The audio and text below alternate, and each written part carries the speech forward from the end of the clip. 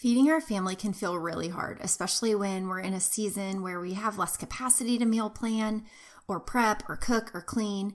And that's why when I was preparing freezer meals for my third postpartum during my third trimester, I realized that I also needed to really be prepping items for breakfast, lunches, and snacks, not just the dinner meals.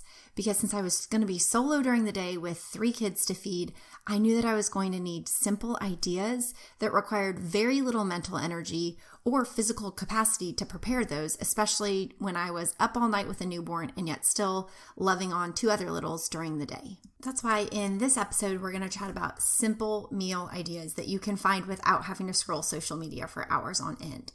And we're also going to talk about how you can create healthy habits even when you're in a season of survival, the way I was when I first launched Muffin Club. And third, we're going to talk about how you can begin thinking through habit stacking for 2023 so that when you hit January and when you decide on maybe some new habits that you want to begin upholding for your family, you know exactly where to get started without feeling overwhelmed. Hey Mama, I'm Ashley, and welcome to the Veggies and Virtue podcast. In this podcast, you will find simple menu ideas, kitchen organizational systems spelled out for mom life, and feeding tips and tricks that are both evidence-based and grace-laced. I believe that you can find flexibility when it comes to feeding your family so that you can feel calm, capable, and connected in the kitchen. As a registered dietitian and Christian mom of 3 myself, I want you to break free from the mealtime battles and to feel equipped while feeding your kids all day long. Pull up a stool at my kitchen counter and let me pour you a cup of coffee and say a quick prayer for you. It's time to chat about the meal times, messes, moments, and ministry of motherhood.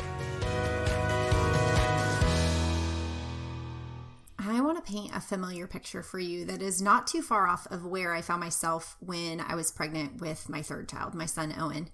And I already had the girls at home, ages, I guess would have been just 4 and 2 at the time. And it had felt like for the last 4 years, feeding had been really hard. And between both the girls having different breastfeeding issues and picky eating habits of their own, I felt like I had to relearn how to feed my kids multiple times now, between the baby led weaning and the purees and the infant feeding and the breastfeeding into toddlerhood. And I felt like we had finally gotten to this point where I had some good staples that I could work with, that I realized nutritionally felt sound and I felt good about, and that there were love it foods and preferred foods I could offer my kids with ease. However, the issue that I found myself falling into, that I know so many of the families I work with also find, is that when we get these go-to staples, so often it can almost perpetuate this rut because it takes us so long to get there, and it takes us so long to find this place where feeding doesn't feel so hard and that we finally have some easy wins to reach for, that we begin defaulting to those staples. And so often we think that the obvious next step is to go scroll social or to go on Pinterest and start saving all these different new ideas.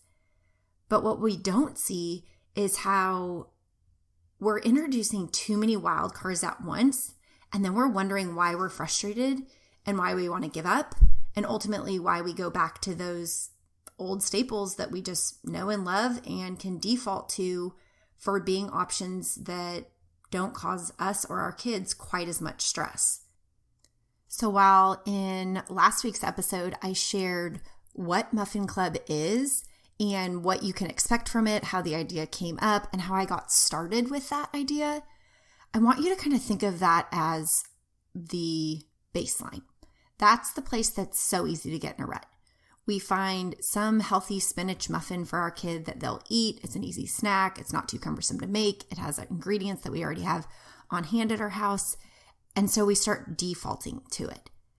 And while that snack in and of itself, or, whether we offer it for breakfast or with lunches or whenever it may be a nourishing option, we're running the risk that, and you've likely heard me say this before, but we're running the risk that our kid's going to burn out on it. Just as adults, we can often get really excited about a certain idea and a certain, meal choice and eat it repeatedly. Eventually, we're just kind of over it.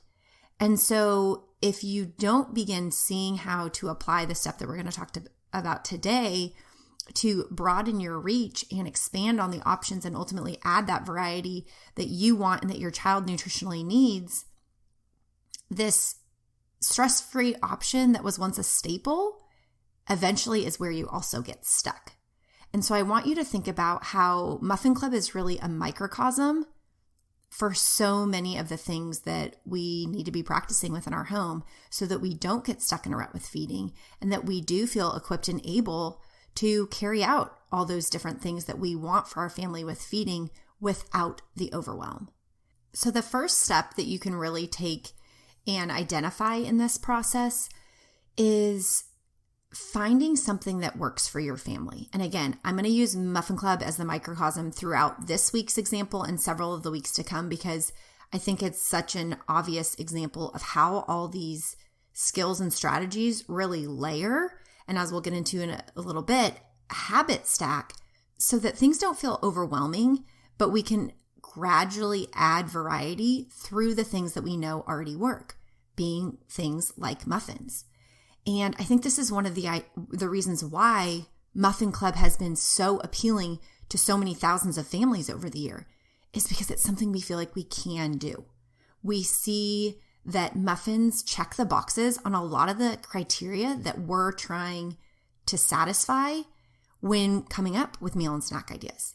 But if we just arbitrarily find an idea here or hear of something there, we are getting ahead of ourselves rather than being strategic so that our new ideas can complement our existing habits. You want simple, healthy, kid-approved meal and snack ideas, but you're feeling tired of scrolling social, screenshotting a recipe idea, or pinning ideas only to feel annoyed that your inspiration rarely leads to execution. As moms, I know we want to offer nourishing variety to our kids, but how do we get away from offering the same few foods on repeat when the busyness of our lives demands routine? Friend, I get you, and I understand this struggle, because as a busy mom of 3 myself, I have had to spend years finding the strategies and the systems to simplify mealtimes. Some of you may remember that before my son was born, I shared a simple idea that I was going to start pre-making muffins in anticipation for my postpartum. Muffins were something that I knew our family could enjoy any hour of the day or night. And by pre-selecting healthy recipes to make ahead and freeze, I knew that this was one simple habit stack that I could actually achieve even when very pregnant and with 2 extra little kids helping in the kitchen. Fast forward 4 years later, and this is still something that you all ask me about again and again and again. Tens of thousands of you have joined me over the years for Muffin Club as we bake together and spend time lightening our mental load as moms,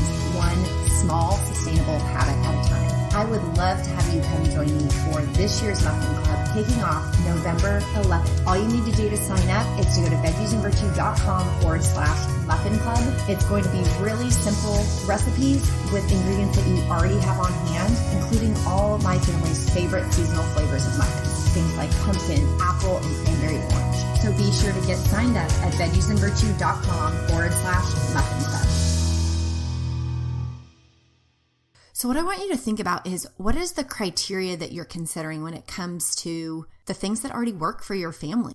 For me, some of the criteria in coming up with these muffin ideas was simply bringing it down to a muffin. I knew I wanted something that was really convenient, ideally one-handed, that I also enjoyed as a mom, so that at any hour of the day, I could eat it and enjoy it, whether I was up in the middle of the night and had a just really high appetite from breastfeeding, or I needed something because I hadn't had time to eat breakfast before we were going to one of the newborn pediatrician appointments and I needed to grab something to go with me. Or equally in feeding my kids, I needed something that was really convenient, that I could throw in a snack bag to send with them to preschool, or that I could offer after school when I may have been busy feeding the baby or changing a diaper or doing something like that. Additionally, with the ages and stages my kids were at, having something that was pretty autonomous. It didn't require a lot of hands-on effort for me, because even some things like yogurt or a string cheese or some of these things that I would say could easily be a staple, they still require a child to open some packaging or supervision from choking hazards like a string cheese, or the spill and the mess factor of yogurt that I may or may not have had the capacity to want to clean up. And so I wanted something that my kids could be autonomous with. And so often thinking of those things like convenience and autonomy,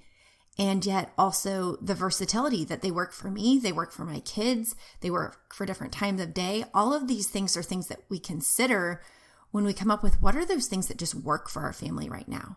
And again, it doesn't have to be muffins for you. I know for thousands of you, you do enjoy muffins, and especially as it gets colder out, there's just something really calming and comforting about the idea of baking, whether you choose to do it with your kids or not. But I want you to think about what's that criteria to consider as you go into finding new recipes, because something that was important to me were all those factors. And so for me, I did boil it down to, if I could just make one muffin recipe a week, have one batch now that we could enjoy, and freeze one batch for later, that would satisfy my needs now, but it would also accomplish what I need moving forward. And so that was some of the criteria that I needed to think about. Additionally, I didn't want to have to go out and buy a bunch of bougie ingredients. I wanted to have things that were already on hand, just the staples in my pantry in the fridge, the eggs and the almond milk and the oats and the cinnamon and the baking soda and the brown bananas, these things that we always have in our home. And so that was something that was important to me. I didn't want to have the stress of trying to procure these odd ingredients, especially when we aren't even near most of the grocery stores that carry those items. So I want to encourage you, as you think through adding some meal and snack ideas, run through your list of what criteria do you even consider? Because whether it's a muffin or a granola bar or a breakfast bake or a cookie you make for after schools or smoothies or whatever it might be that you're needing additional ideas for, think about what already works. Think about those staples that you could very easily run the risk of getting stuck on because they just work so well for you. For me, with the muffins, I realized that this was something that I could begin habit stacking so that it felt like I was running on autopilot, and that made feeding my family not always feel like so much work, even in those seasons of survival when I was extremely pregnant or postpartum. Because I think that's what so many of us are after. It's not the item itself that we're getting stuck in a rut with. We're seeing that this habit works. Serving this food works. So step one is I want you to think about why. Is it that versatility, that convenience, the ingredients you're using? What aspect of that item that you run the risk of getting in a rut with is something that just works for your family? And then step two is thinking through that simple meal or snack idea that works for your family. Identify what is the habit required to offer such a meal or snack. Because if we begin scrolling social or going on Pinterest, and again, I don't have anything against either of these platforms. I'm active on both of them, and I think they both have a time and a place. But so often what I see is that as moms, we're overwhelming ourselves with ideas, thinking that it's a shortage of ideas, a shortage of snack ideas, a shortage of recipe ideas. That is why we're struggling. And I'm here to tell you it's not because we have a shortage of ideas. It's because we have too many ideas, and yet we don't understand the habits required to accomplish them on a regular basis. And again, we're going to go into talking about how Muffin Club is a microcosm for so many of these different things. But today I really want to focus on first identifying what those simple meal and snack ideas are, and second, identifying what is it about those, if you can separate the food item as a noun, and second, go into the action that is the habit, being the verb that is required to serve those. So I'm going to walk through it in the example of Muffin Club. As I mentioned when I kicked this off 4 years ago now, I said I am going to commit to making one recipe 1 day a week for 8 weeks. That's what I did at the time. I had 2 months left of my postpartum. I knew I was in that third trimester, and I knew that the noun of what I wanted, the qualities that I was trying to consider, being those ones of muffins that I already mentioned, that was the noun. That was the object that was going to be the result of my efforts. But the verb required to accomplish this habit was baking one recipe 1 day a week for 8 weeks. I felt that that was something that I could commit to. And it was broken down in such a way that it accomplished that autopilot approach to feeding that is so often what we're after. And is so often why we default to those go-to snacks and staples, because it gives us the perception of autopilot. So I want you to begin identifying those foods that help you run on autopilot and the actions that are involved in that autopilot approach. And so with Muffin Club, I could see how there was that habit stacking. I could make one muffin recipe. With that, I understood the time that was required. I understood just the different elements of what I was going to need in terms of, was this something I could do with my kids or not? Sometimes that was, capacity and hormones dependent, but I knew the ingredients that I needed to have. And it was carving out, I know what works is muffins. I know what will work in the season ahead will be muffins. So now I have to look at how do I make these muffins in a way that's sustainable and I can habit stack amidst what I'm already doing. So back then it was every Monday I'd have a Make It Monday. And some weeks I would do it on my own over nap time. Sometimes I would do it at night, but having that one simple action step was something that I could autopilot, that every Monday I was going to bake a batch of muffins. And the next Monday I would do it again. But the pivoting that happened here, the habit itself was making muffins every Monday. And that was something I needed as a repeated task to help me accomplish it. But where the variety came in is I wasn't making the same muffin recipe every week. I was adding variety. And some weeks it was a sweet potato muffin. Some weeks it was a pumpkin muffin. Some weeks it was a zucchini chocolate chip. And I didn't have to have all the muffin ideas. I didn't have to scroll for hours. All I had to do was say, I'm going to try this one week. And I'm going to try them all. And for us, we already kind of had these ones that we knew were our go-to favorites. So it was really easy to pull up 8 ones that sounded pretty good to me. And those are the recipe ideas that I do include in Muffin Club. And I've obviously changed the layout of it a little bit to do 6 seasonal ones in the fall and the winter, and then 6 different ones in the spring, summer, just to kind of fit those seasonal flavors that so many of us want. But what I want you to think about is, how can you begin doing this so that you see it's possible to start to build the right habits, and that you can begin feeling inspired and want to create the habits yourself, because it is so achievable. Baking one batch of muffins, or 2 if you choose to, batch prep and freeze a batch for later.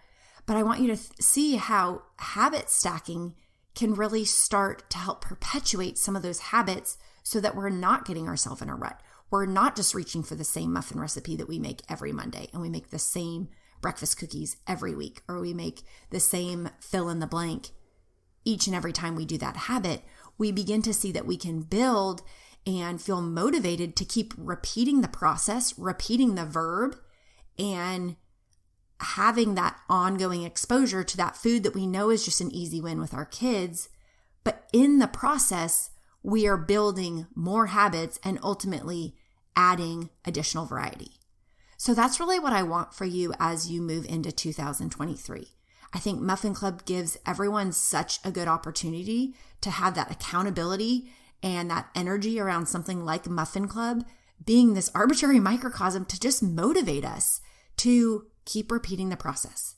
Keep looking at the criteria that works for your family and that plays into those meals and snacks that you're offering, so that you can begin to cycle through those things so that you're not stuck in a rut, but you can operate on autopilot with a sense of ease.